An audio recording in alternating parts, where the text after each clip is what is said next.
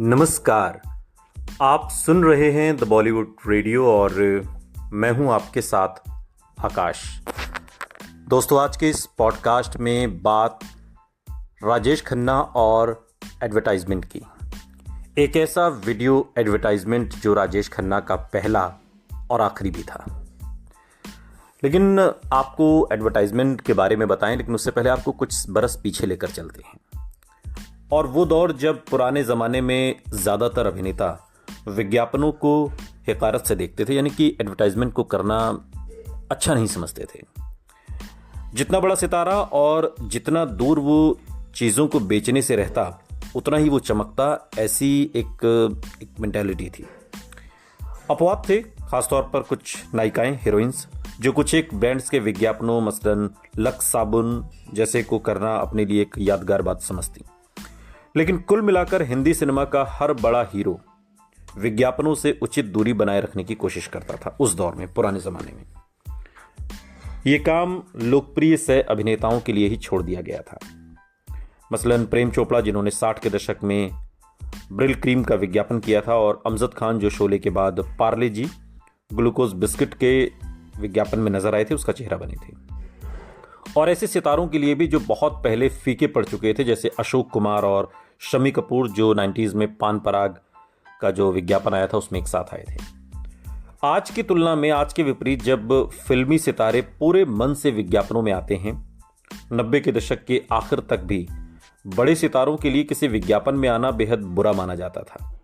विज्ञापनों के लिए इतना तिरस्कार था कि दीपक पाराशर, जैकी श्रॉफ और सलमान खान, जो बहुत कामयाब हुए, उनको भी कमतर अभिनेता माना जाता था, सिर्फ इसलिए कि वो लोग एडवर्टाइजमेंट करते हैं। उस वक्त एक होनहार अभिनेता जो आज के सबसे बड़े सितारों में से एक होने वाला था, शाहरुख खान, वो एक इंटरव्यू में याद करते हुए बताते हैं कि कैसे अनिल कपूर ने उन्हें विज्ञापन न करने की नसीहत दी थी। अगर वो चाहते थे कि दुनिया उन्हें गंभीरता से ले तो उन्हें विज्ञापन नहीं करने चाहिए। ये बात अनिल कपूर ने शाहरुख खान से कही थी। लेकिन एक बार फिर राजेश खन्ना के पुराने प्रतिद्वंदी ने ही विज्ञापन की तरफ फिल्मी दुनिया का रवैया हमेशा के लिए बदल दिया।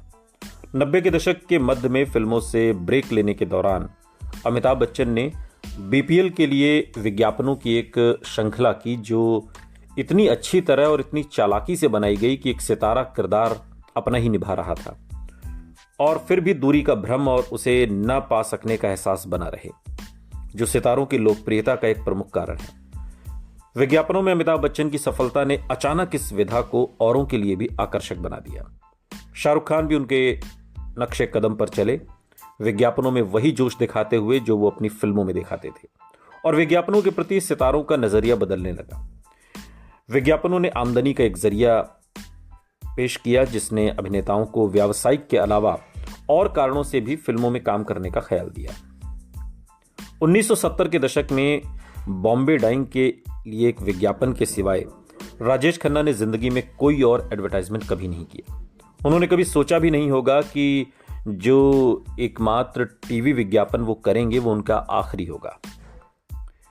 जब वो हेवल्स पंखों के लिए एक टीवी विज्ञापन के लिए राजेश खन्ना के पास गए, तब तक बाल्की एक बेहद काबिल विज्ञापन बनाने वाले बन चुके थे, और भारतीय विज्ञापन जगत में, एडवर्टाइजमेंट इंडस्ट्री में एक जाना माना नाम।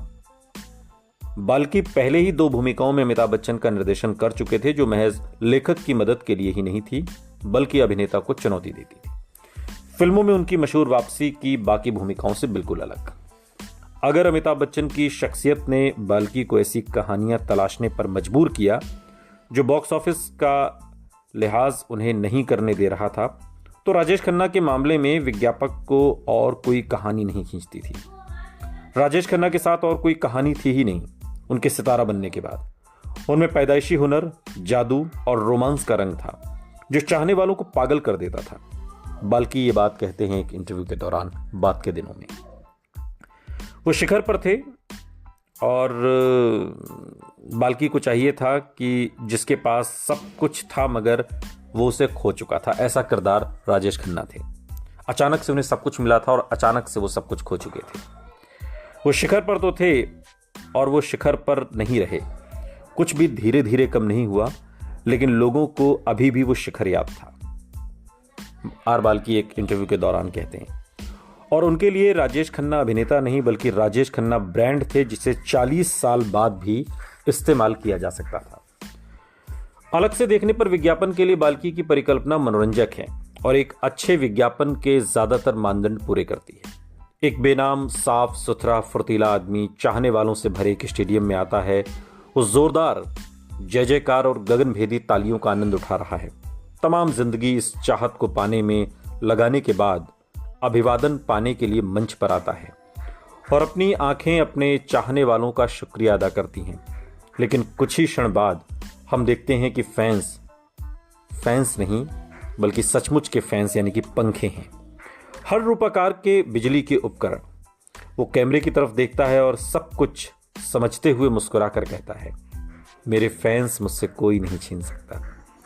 और राजेश खन्ना का ये डायलॉग उनके पूरे फिल्मी करियर को एक लाइन में बयां कर देता है। अगर आपने ये एडवर्टाइजमेंट देखा हो, अपनी समग्रता में ये परिकल्पना पूरी तरह कॉपीराइटिंग का बेहतरीन नमूना है और बीते दिनों की उदास याद से भर उठती है। और जैसे ही एहसास होता है कि अपने प्रति हमेशा वफादार फैंस का दावा करने वाला व्यक्ति राजेश खन्ना है, अपनी आवाज़ के उतार चढ़ाव पर उनकी प्रतिक्रिया को याद करते हुए बाल्की बताते हैं कि किस तरह राजेश खन्ना बेहद हंसे थे और बोले थे, ये विज्ञापन है।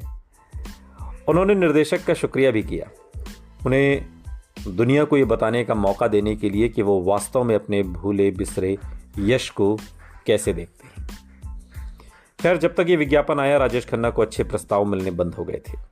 वो कुछ ऐसा तलाशते रहे जो उन्हें अपने एक्टिंग करियर से सही विदा लेने का मौका दे और एक किरदार जिसका उन्हें इंतज़ार था वो भी सामने आया और एक ऐसी फिल्म के रूप में जो शायद उन्हें नहीं करनी चाहिए थी।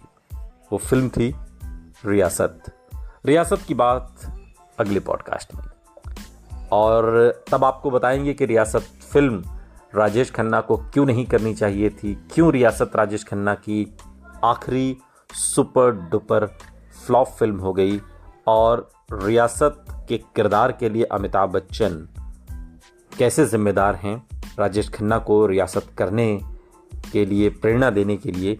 ये भी हम आपको बताएंगे कि क्यों राजेश खन्ना ने रियासत का वो किरदार किया। सुनते रहिए द बॉलीवुड रेडियो, सुनता है सारा इंडिया।